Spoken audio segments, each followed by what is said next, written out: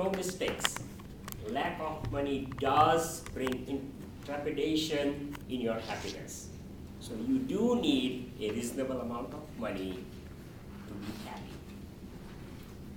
Our Toastmasters and distinguished guest Larry, I came across this article in the Wall Street Journal on November 10th. It's a very good article. My hope today is to share with you things I learned. So I have done my part of being happy by sharing, and I want you to be happy by learning what I have read and what I'm going to share with you. Several studies have been done in the last 10 years by different brains. If you think about economists, teachers, and psychologists, they all have a different brain structure, but they all come to similar conclusion. Money is important, not just to be happy, but not to be unhappy. And the way they started out saying, if you made anything under $75,000 in a family, your not being happy level ranges from 4% to 25%. Because when you don't have sufficient money to support your family or buy things you feel like, internally you are unhappy or not happy as you would like to be. So they're saying that's fine. You need money, and it is an important part of the equation of happiness, money. I remember my dad used to say, it's good to make more money. When you make a lot of money, you are considered a high earner. But what really makes you wealthy and happy is what you save. It's not what you spend. So this article goes along the same line, and it talks about making money and spending money. So when it comes to spending money, let's assume that you have made enough money and now you have extra money to spend, or you're going to go out and buy a gift for yourself. So Gita goes out and buys an iPhone. iPhone 6 came in the market today. I have earned this. I'm going to spend $300 and get a 2-year contract, and I'm going to buy a phone. She's happy for 3 months, and all of a sudden, there is a news. Apple is coming with iPhone 6s. And here goes Gita. Oh my God, I have a 2-year contract and I have a 6, I want to buy 6s. So money made her happy for 3 months. But then after that, she was happy, but not as happy as she bought things. So what should you do with your money when you have extra money? And they recommend that you buy life experiences.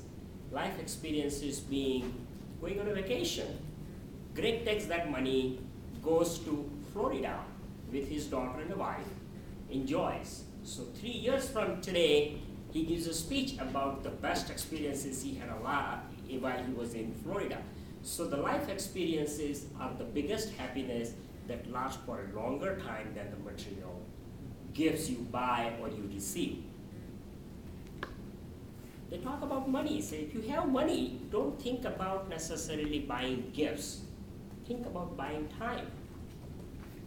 Vidya may have smaller children, and she's running them around from school to class to class to school, and then she comes home and she cooks, and then she cleans the house.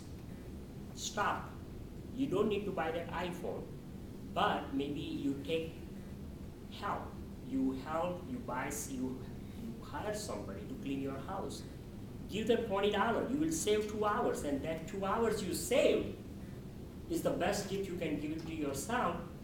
Don't do anything. Just sleep or take rest or watch a TV show you like, and that will make you happier than going out and buying pizza for $20. The best way is to buy a time when you have money. So as much money is important, not necessarily spending on material gifts makes you happy. You have to find a different ways how you can spend money and become happy. It goes into the second model, and it says, help others. So now you have the money, and you're going to share with others. And it's not the money you can give $2 to Salvation Army, but the very fact that every time during these next 30 days, he goes to the store, and when he sees Salvation Army, he's able to do $2 in that column. So it's $60, but he will remember for months to come the impact, the perceived impact of that $60 he put that in that kettle. So say, give that. Well, money, if you don't want to give money, you don't have to. You have time, you have talents. A couple of weeks ago, Kim gave a speech about getting involved in Big Brothers Big Sister. You don't necessarily have to give money if you don't. We all have obligations. We have to support the family, we have to save for children's education, we have to save for our trips, we have to save for our house, and whatnot. But what they are saying is that if you really give your time, your talent, and if you have extra money, by giving, you really become happy. Because when you sit back at the end of the day, in your mind, you know you helped somebody. Your action helps somebody, and that makes you happy. So number 2 is give. Give your material possessions, give your time, give your talent, and that will make you happy. The third one, they talk about the third issue about how can you be happy. Very simple. Every night before going to sleep, spend 2 or 3 minutes. Take time to think about the things you did today. It's called a grace journal. Some people do take notes of grace journal. Write it down. This is what I did today to help somebody. This is what I did for the betterment of the society I live in. If you are feeling unhappy, if you are feeling depressed, go back to that grace journal and read it. That will make you happy. Keeping track of your gratitude. Let's say you cannot do it every day. Do it whenever you can. And don't make it a routine to a point that it becomes, yeah, I need to write something today. Just do the significant things, and that will make you happy. If you cannot do that, have an attitude of gratitude. So thank somebody. Lenny, thank you. Thank you for being a timer. I know you were a timer last week too, but it makes a difference. That will make him happy that when I was a timer last week, Minesh noticed that, and he remembered that. So no matter, we all are human. We remember things which is said about us. And when we go home, well, Minesh thanked me. So that makes him happy, but also makes me happy that I thank somebody for contributing. Same thing for Ken. You gave a speech last week, you repeated your speech. You gave another speech because you had promised that I'm going to have a speech ready. So thank you for giving a speech. Without your speech, we would not have a full hour covered here. So those are the kind of things they talk about. So I'm going to read a couple of things from here which really caught my attention. When you don't have much money, a little extra can go long ways because you have more essential need to fulfill. But as you accumulate more wealth, it becomes very difficult to buy more happiness. So in material gifts, you can spend so much and after that it stops. Buying time, that's another thing they talk about. You know, not only services, but say you are commuting 2 hours. So now you're going to go and buy a luxury car, so you have heated seats and a fine music system and you have a GPS system. Well, that will make you happy, but how about finding a place which is 20 minutes, so you save an hour in your life every day, and that will make you happy. So small things like this, when we think about it, it makes us happy. So the message in here, if I have to sum up,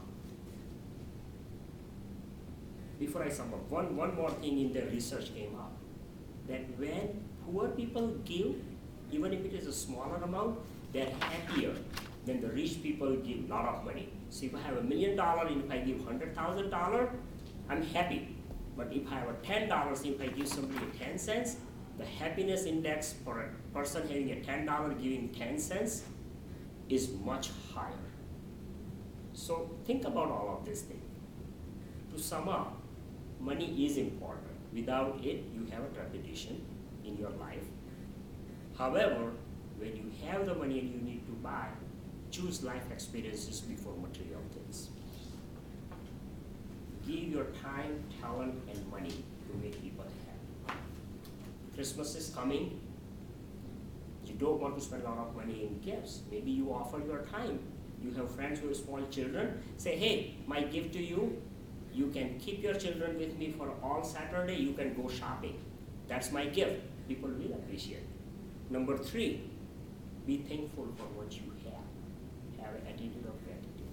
So if you're shopping for happiness, I have shared some ideas with you. None of them are mine. These are from the researchers. So think about it. Try to apply. And let's talk about in January. Does it really make a difference? Back to you, Mr. Postmaster.